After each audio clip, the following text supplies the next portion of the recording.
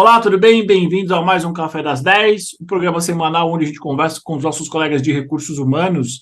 No café dessa semana, eu vou falar com uma pessoa bastante especial que está desenvolvendo um excelente trabalho sobre licença paternidade estendida. Vou falar com o Vinícius Bretz.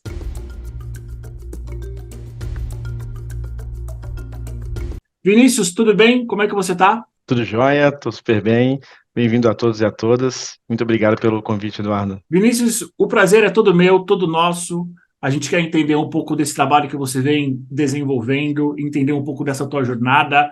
Mas como eu sempre digo, quem é você no mercado de recursos humanos? Ou talvez, quem foi o Vinícius no mercado de RH? Conta um pouquinho pra gente. Beleza. Olha, eu fui um aventureiro no mercado de recursos humanos, essa é a verdade. Eu passei 15 anos como profissional de recursos humanos, talvez clássico, digamos assim, né? Eu comecei a minha jornada em RH em Minas Gerais, trabalhando com treinamento e desenvolvimento. Naquela época era o clássico TID. Trabalhava numa siderurgia. Isso lá em 2009, 2008. Mas antes de ingressar em RH, eu trabalhava com o que eu realmente gostava. Eu trabalhava com psicologia social e prevenção à criminalidade e políticas públicas, em Belo Horizonte, né? Eu sou de BH e cresci aqui. Eu tive um período na época da psicologia, sou formado em psicologia, onde que eu atuei muito. Atuei no Sindicato dos Psicólogos e atuei na prefeitura e no estado de Minas Gerais com políticas públicas voltadas à prevenção à criminalidade, nesse apoio. E aí, assim, o momento de... Estudei na PUC, a PUC tinha uma pegada de extensão muito forte, do tipo, olha, vai experimentar, vai fazer coisa nova, vai ver o que tem para fazer. Eu falei, olha, RH eu não fiz ainda. E os meus colegas brincavam muito, falaram, uma hora você vai vender tua alma aí e vai pro RH, né? A brincadeira tinha... o pessoal da social era muito assim. E eu fui testar e passei no processo seletivo.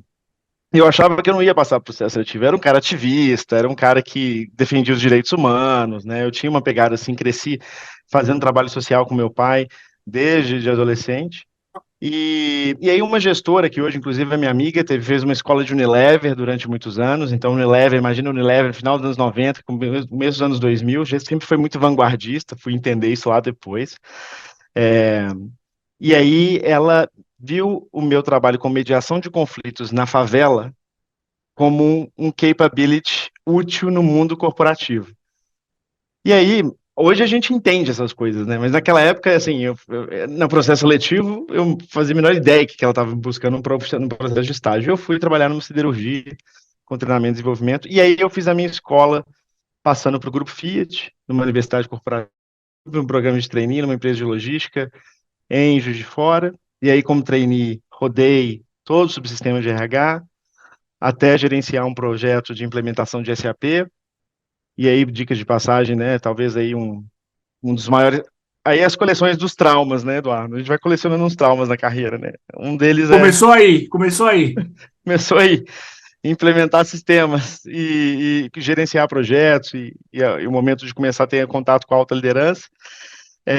Mas foi uma oportunidade de sair de Minas, sair de casa, né, ainda fiquei em Minas, mas tinha feito um intercâmbio, né, aí também um pouco da consciência do meu privilégio, né? Eu tive uma família cuja família do meu pai tinha uma classe econômica mais favorecida, embora da minha mãe não tinha, mas, né, sou um homem branco, cis heterossexual, sem deficiência. Isso fomentou uma base cheia de privilégios para mim, da qual me colocou numa posição onde que eu pude fazer esse intercâmbio, onde que eu pude conseguir conquistar muita coisa. E a partir disso eu consegui ir para São Paulo para essa empresa.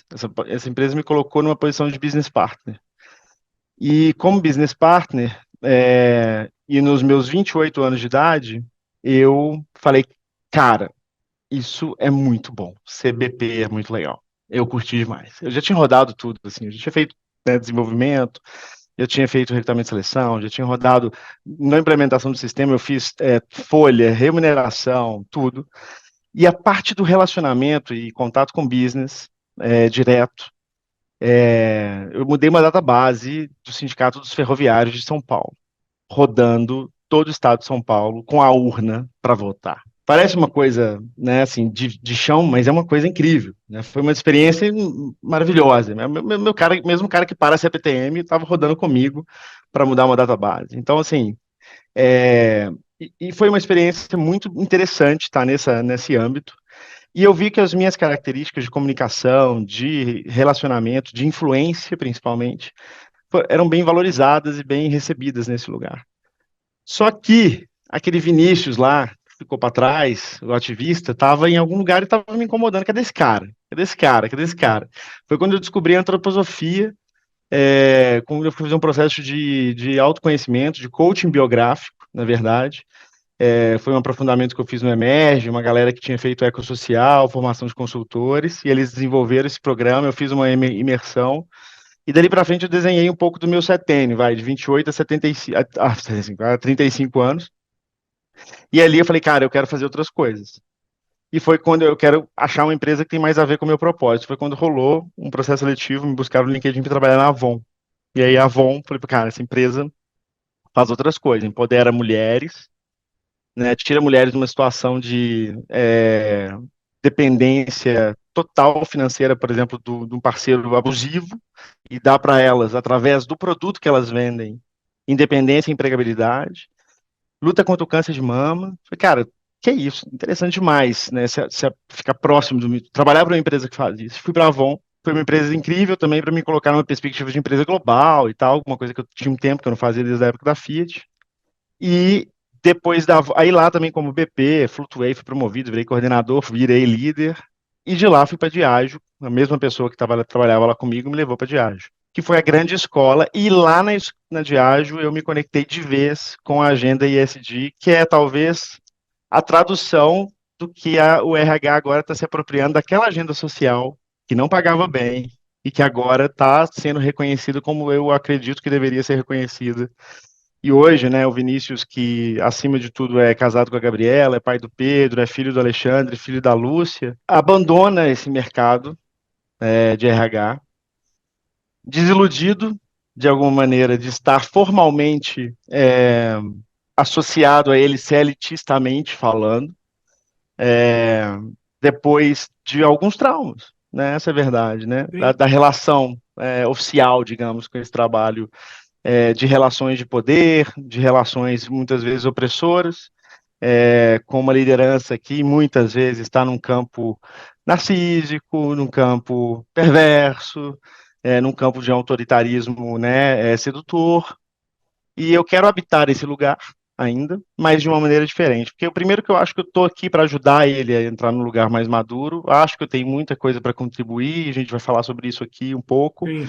principalmente sobre o que eu construí na Diageo, mas eu estou no momento de ressignificação desse espaço, né? Hoje eu estou como consultor da Filhos no Currículo e também como professor da Dom Cabral e estou atuando como em rede, teoricamente, com vários outros especialistas e várias outras pessoas de uma maneira muito mais livre, né? E menos, enfim, dependente, digamos assim, né? É difícil tirar esse colar de ouro, né?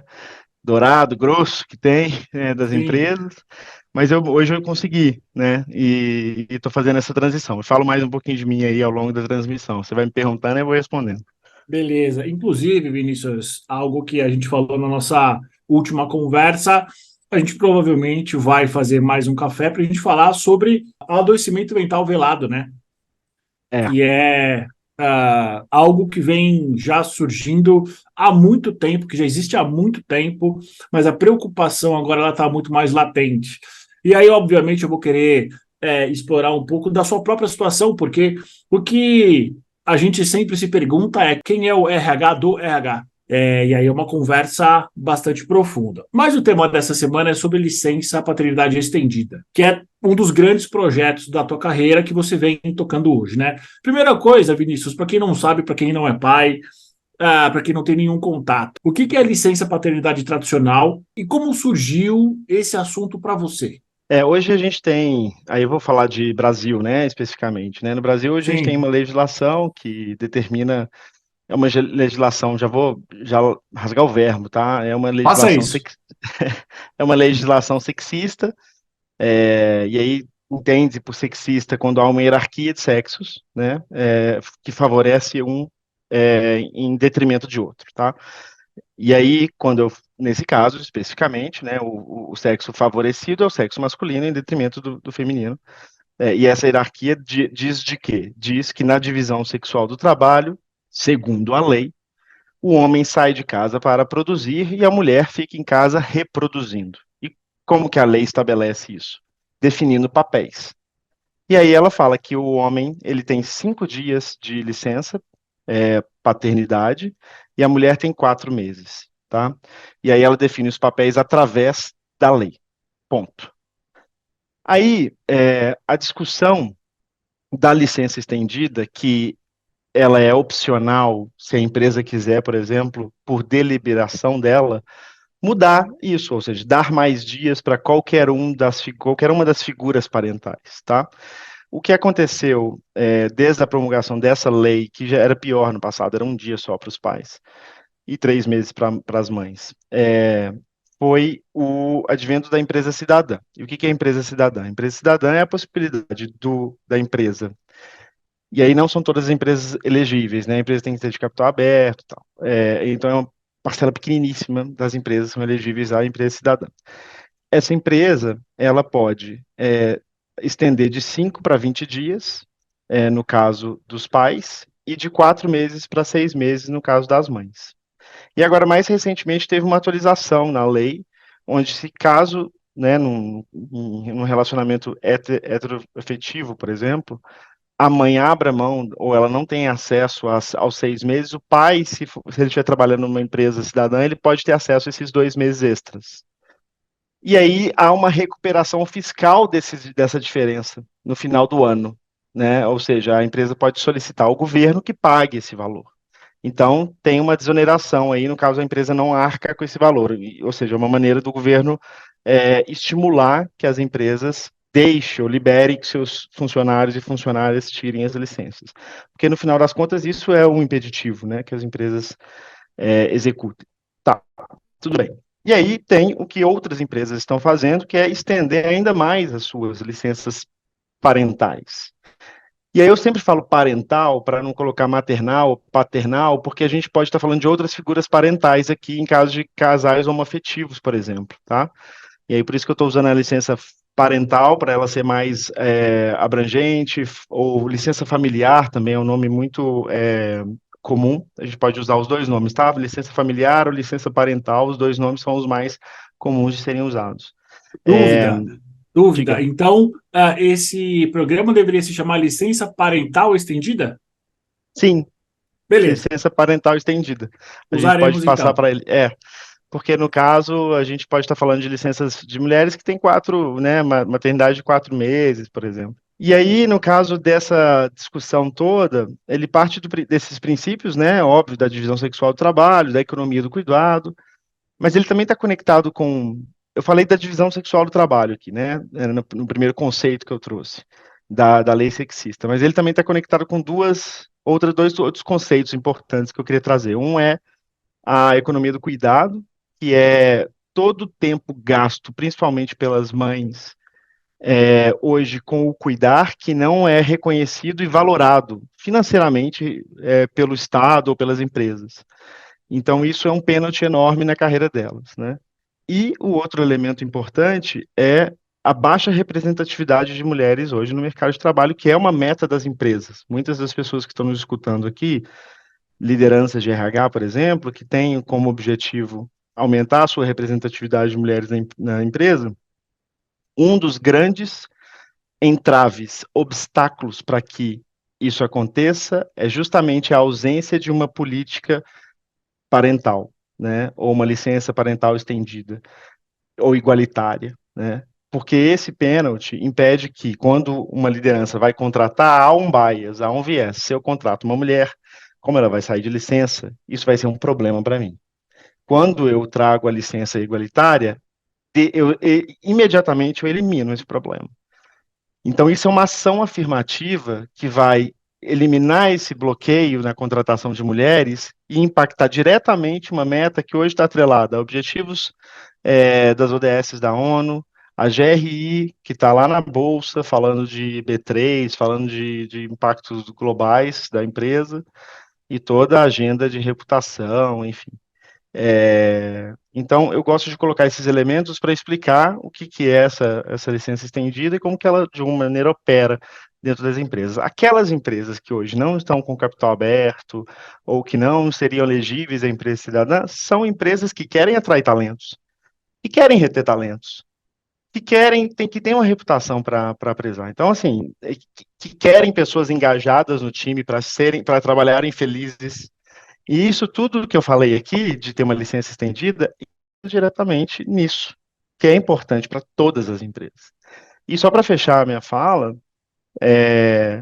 que eu deixo isso para o final, mas é o mais importante, a licença estendida, que dá direito a 6 meses, por exemplo, né, ou tanto igual para pais e mães, ou para as figuras parentais, é um direito fundamental da criança, que tem, em última instância, o direito de ter as suas figuras parentais 100% do tempo ali para o desenvolvimento delas. Até para que ela possa ver as duas figuras parentais parentando-a, e não só a mãe, porque é isso que fomenta o sexismo estrutural, que cresce na cabeça dela, que é a mãe ou a figura maternal a responsabilidade do cuidar, e não o do pai. Então a gente reforça uma estrutura onde o papel do cuidar vem do feminino, se a gente coloca sempre o papel no colo da mãe. Então tem isso também, que eu queria colocar, que é super importante. Perfeito. Vinícius, na tua carreira você chegou a implantar essa licença em alguma das suas passagens? Você chegou a ver esse projeto realizado? Sim, eu tive a oportunidade de implementar ele na Diageo. A Diageo, para quem não conhece, é um grande conglomerado de bebidas destiladas, é o maior conglomerado de bebidas destiladas do planeta, donas de marcas icônicas como Johnny Walker, Smirnoff, Tanqueray e aqui no Brasil Ipioca, Guinness, entre outras, as maiores destilarias de whisky da Escócia, por exemplo. A gente está falando aí de 28 mil funcionários, 180 países, né? E em 2019 ela foi pioneira no lançamento dessa política, com essa amplitude, né? A gente já tinha aí países escandinavos com políticas parecidas, outras empresas com essa política, mas não com uma magnitude global como a Diageo, e a Diageo tomou a decisão de implementar ela no mundo todo, e eu fui o responsável pela implementação em parte da América Latina, tanto no desenho da tropicalização da política no Brasil, Uruguai e Paraguai, como a implementação também como business partner, porque eu fazia dois chapéus. Eu tinha um chapéu de D&I e o chapéu de business partner quando eu era da Diageo nesse período. E, cara, foi fantástico, assim.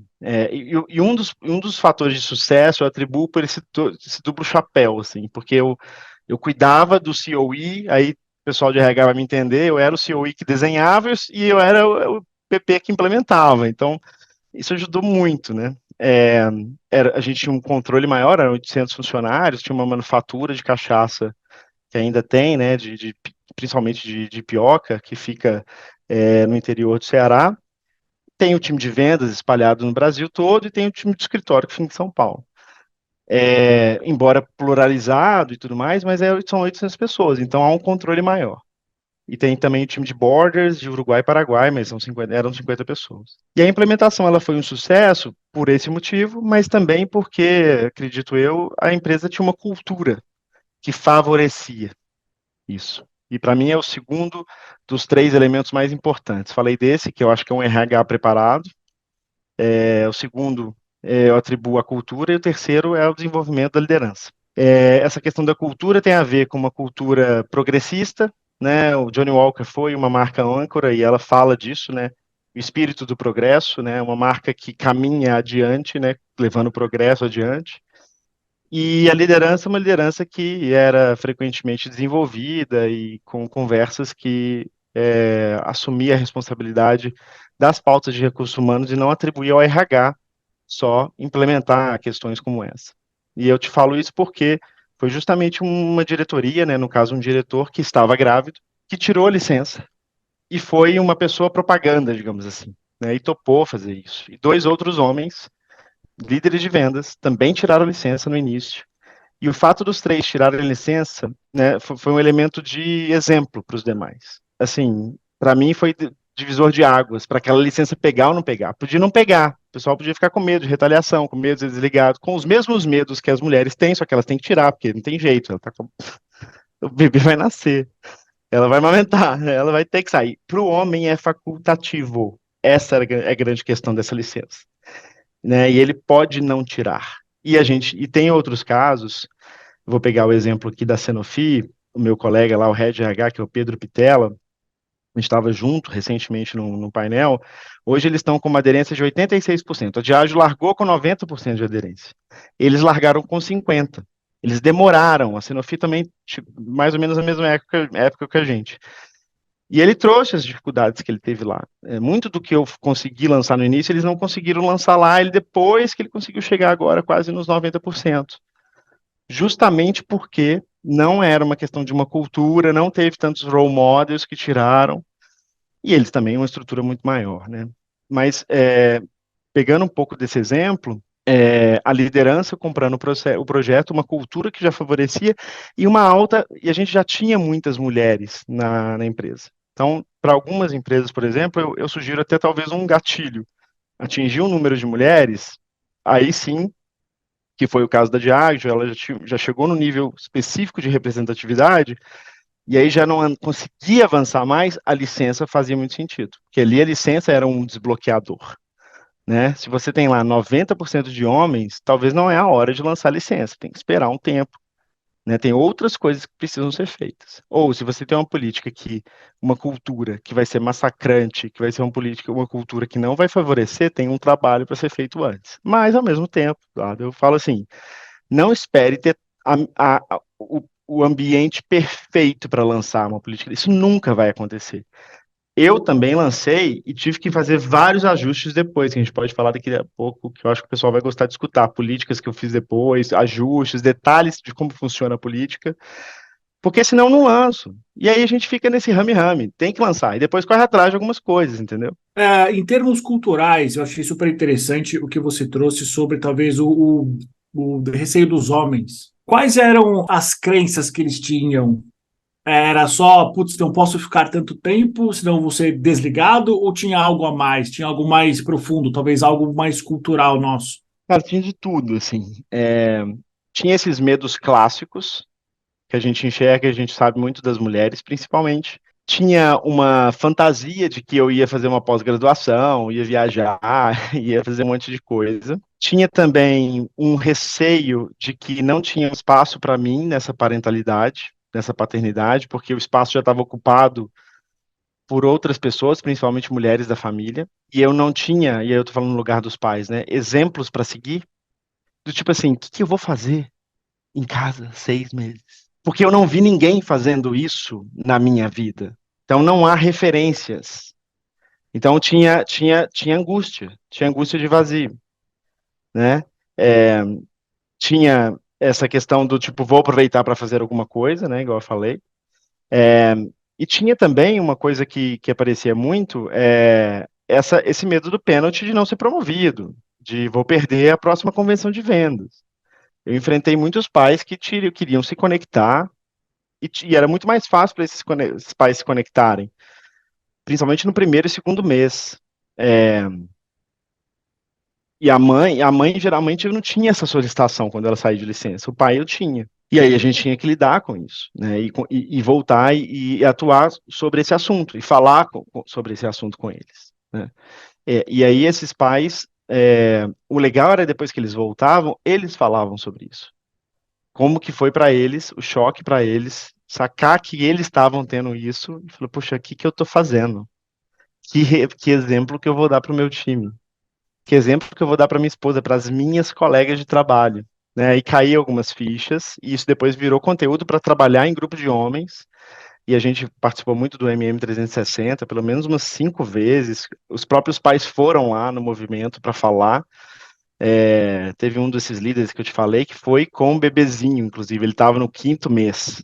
A mãe já tinha voltado e ele não.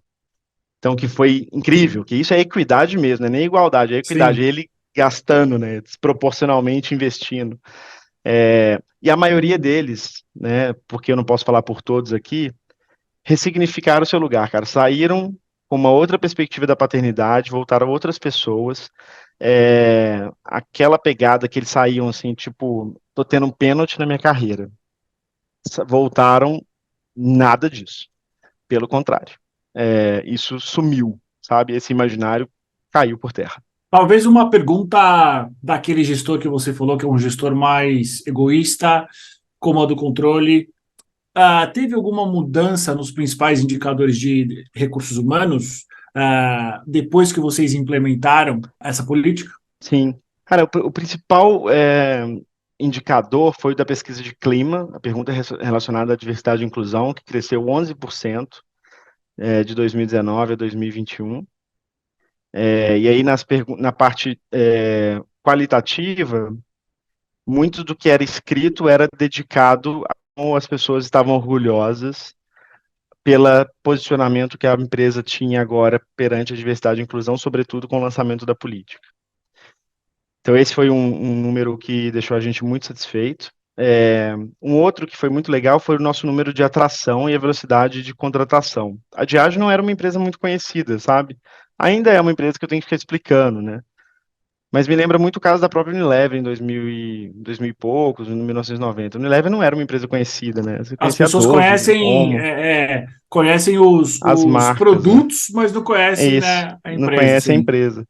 E aí ela se faz ser conhecida porque ela vai ter alguma relevância, né? Assim, você vai conhecer ela porque ela...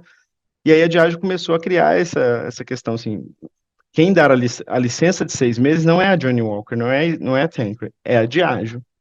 E a Diageo começou a aparecer em veículos de comunicação e reputação. E aí as pessoas começaram a atrelar. Saiu um processo seletivo da Diageo, pô, Diageo é aquela empresa que lançou 6 meses. E aí a gente via que a gente era mais conhecido e isso aumentou muito os nossos KPIs de hiring e os nossos funis melhoraram, né? Retenção nem se fala, os pais não queriam sair da empresa, principalmente aqueles que iam ter filhos, né? Foi um KPI interessante. Teve um KPI que eu acho para mim foi o principal, né? 50% das mães, das mulheres saíam da empresa, a gente estava a gente era número clássico, 50%.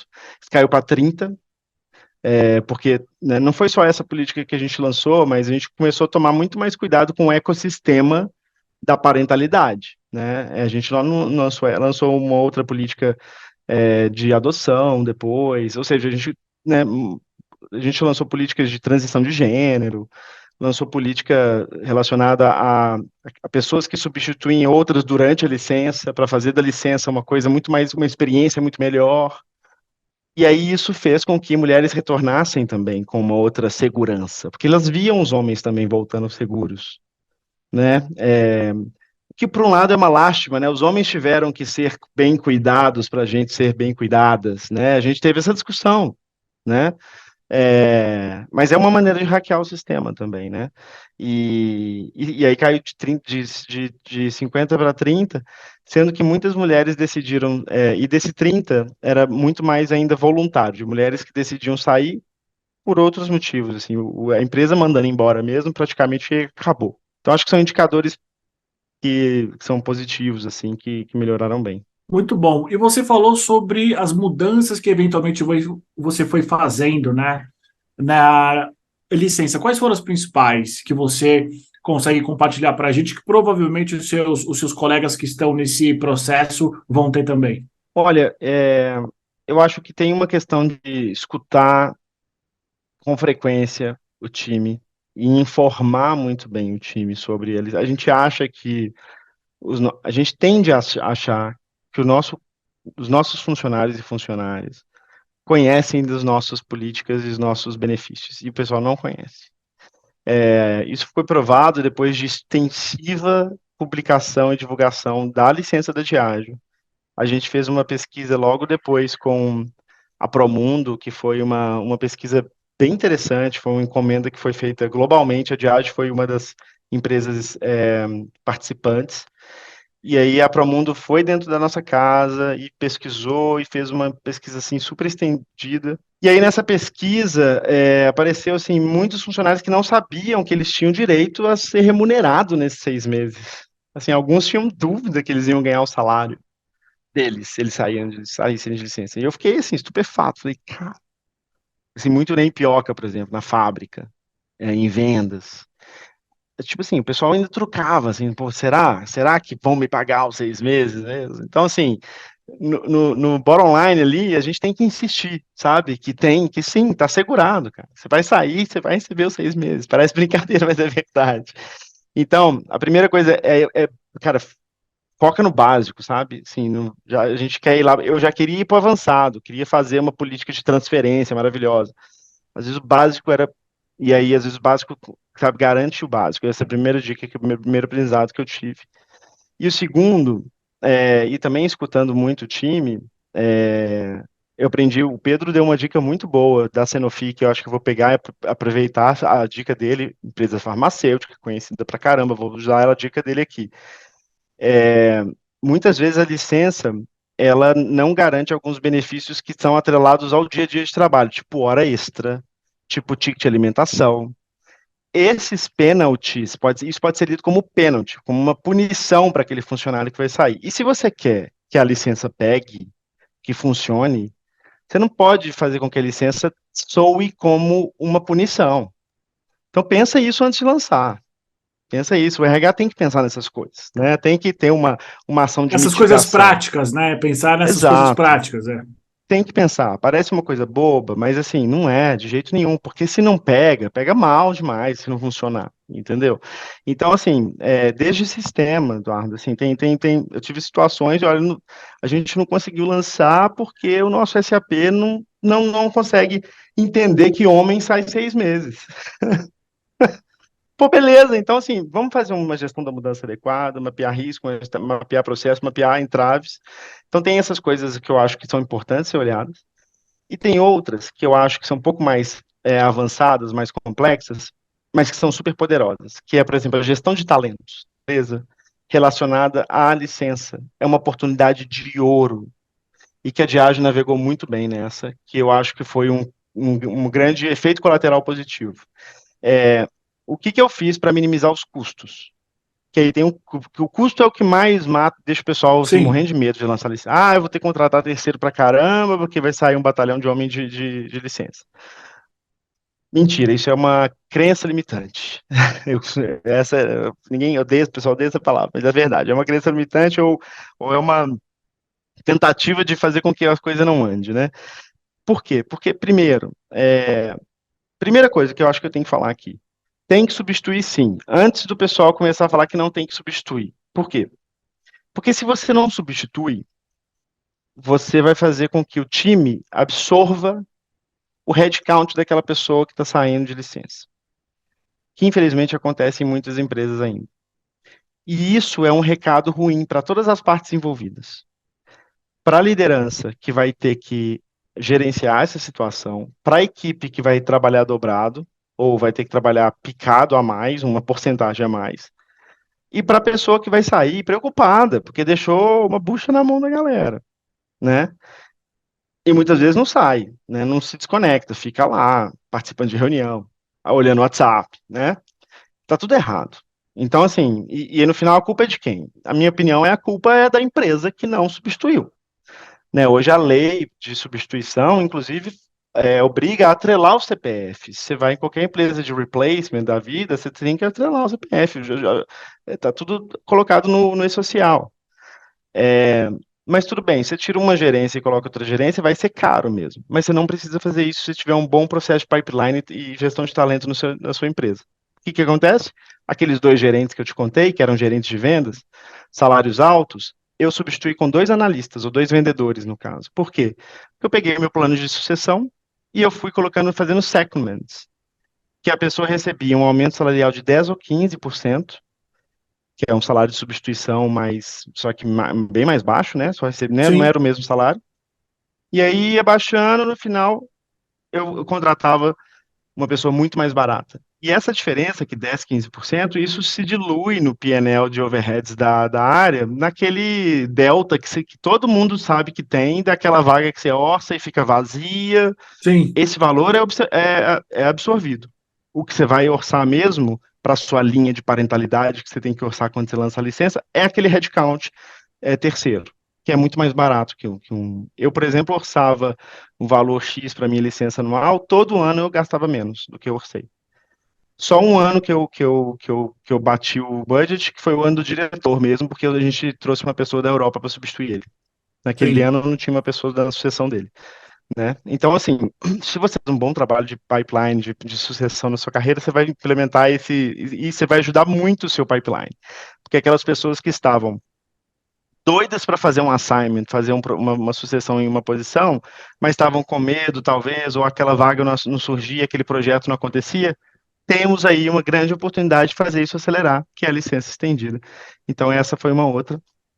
A gente lançou também essa política de adoção, que foi uma sequência. Na política de adoção, a gente financiava, dava até 10 mil reais, se não me engano, para custos de processo de adoção, custos jurídicos, custos de passagem, porque a adoção também amplia a possibilidade de figuras parentais para além de pai e mãe clássicos, né, casais heterossexuais. É, a gente também lançou uma política de transferência melhor, porque às vezes, dado que você ia substituir alguém, às vezes você precisava mudar de estado, mudar de cidade, então a política de transferência tinha que ser um pouco melhor.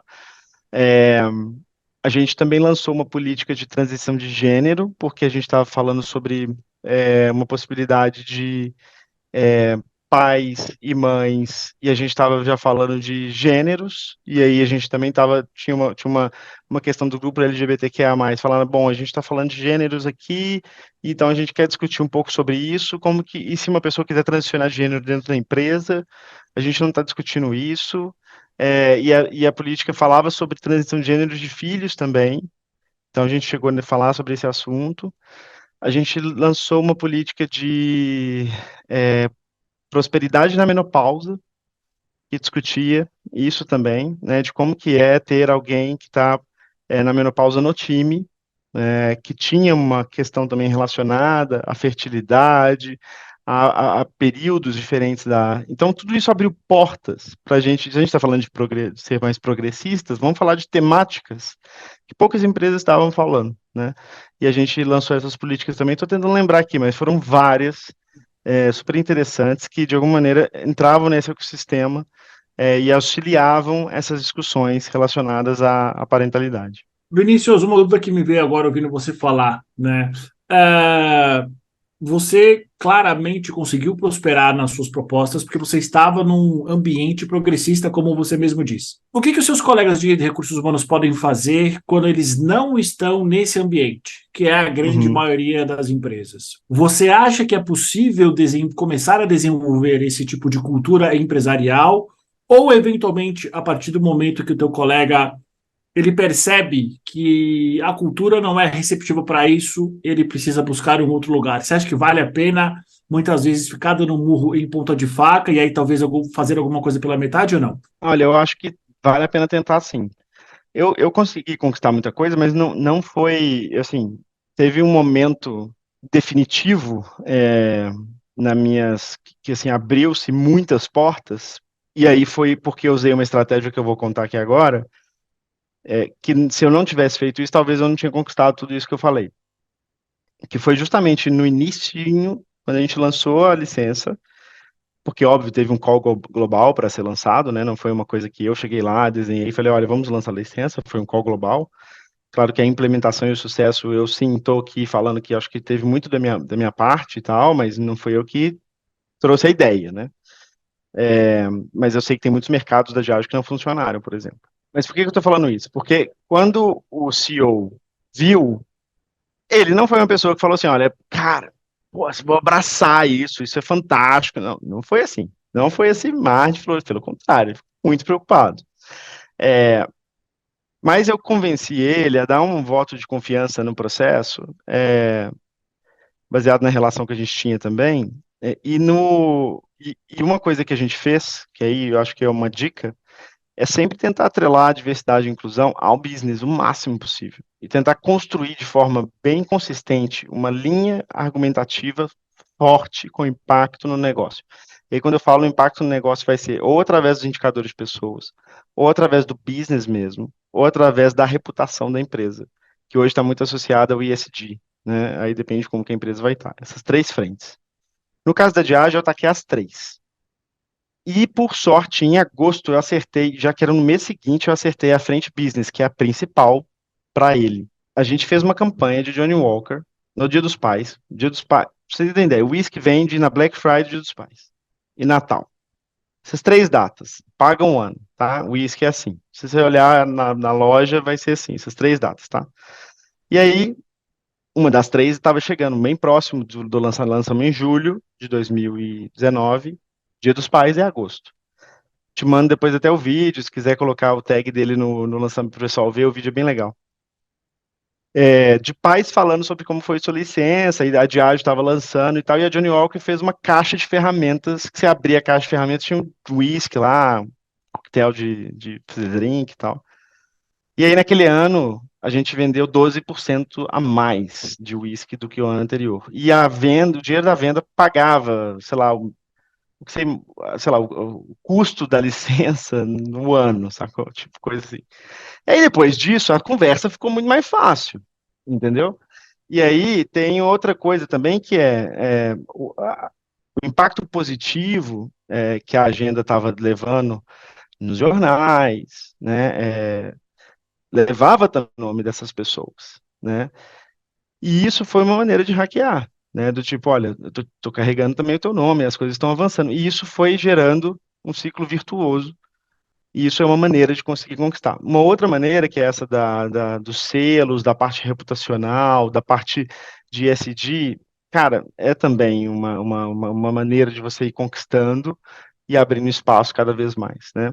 Então eu falo, tente essas três maneiras, ocupar esses espaços.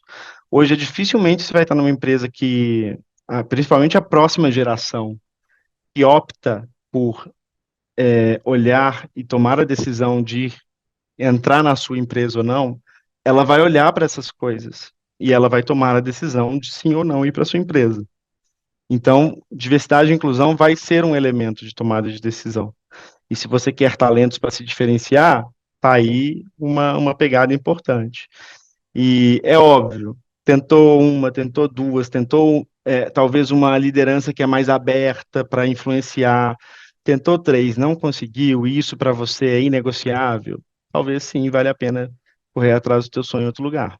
Foi o que eu fiz quando eu vi que conseguia gerar impacto mais do que eu estava fazendo em outros lugares. Quando essa alta liderança que comprou tudo da Diageo saiu, e eu já tinha gerado muito impacto, já tinha ajudado a Boticário a lançar deles, a BCG a lançar deles. Eu falei, cara, eu posso ajudar outras empresas, posso gerar mais impacto em outro lugar. Foi um dos motivos que eu tive também para sair, né? Tô sendo super honesto contigo aqui e Sim. as coisas continuam.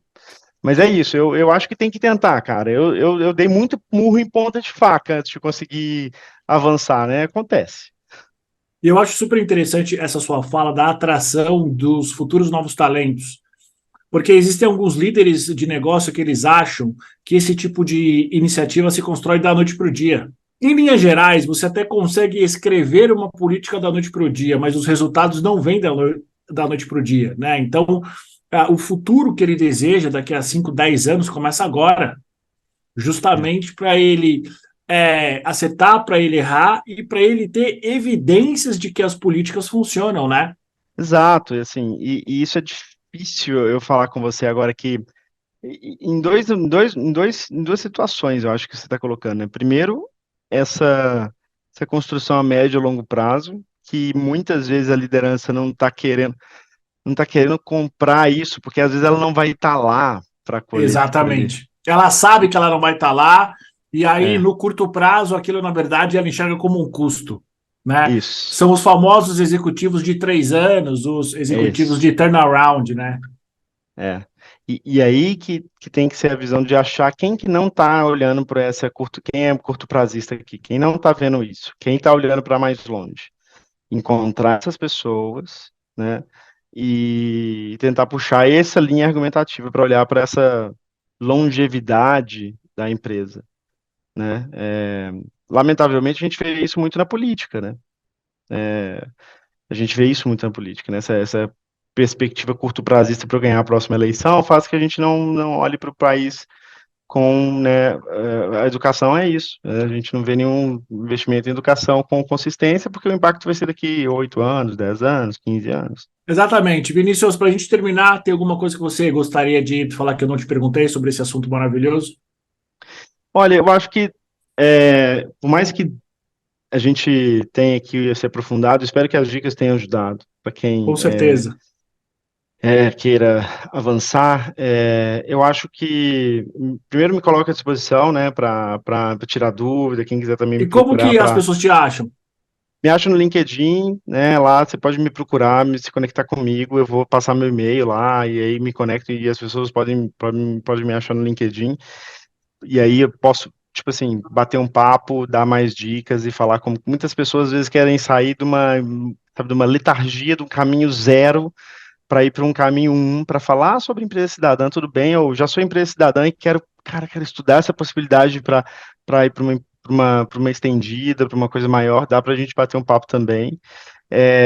Mas eu acho que a dica é, cara, façam alguma coisa, não fiquem parados. Qualquer dia parado significa estar alimentando o status quo, que é um status de total desigualdade nas nossas agendas de gênero, principalmente. Então, como eu acho que os profissionais de RH, pós-pandemia, principalmente, ocuparam um espaço de protagonismo enorme. A gente tem que navegar essa onda, aproveitar esse momento que a gente está sendo escutado.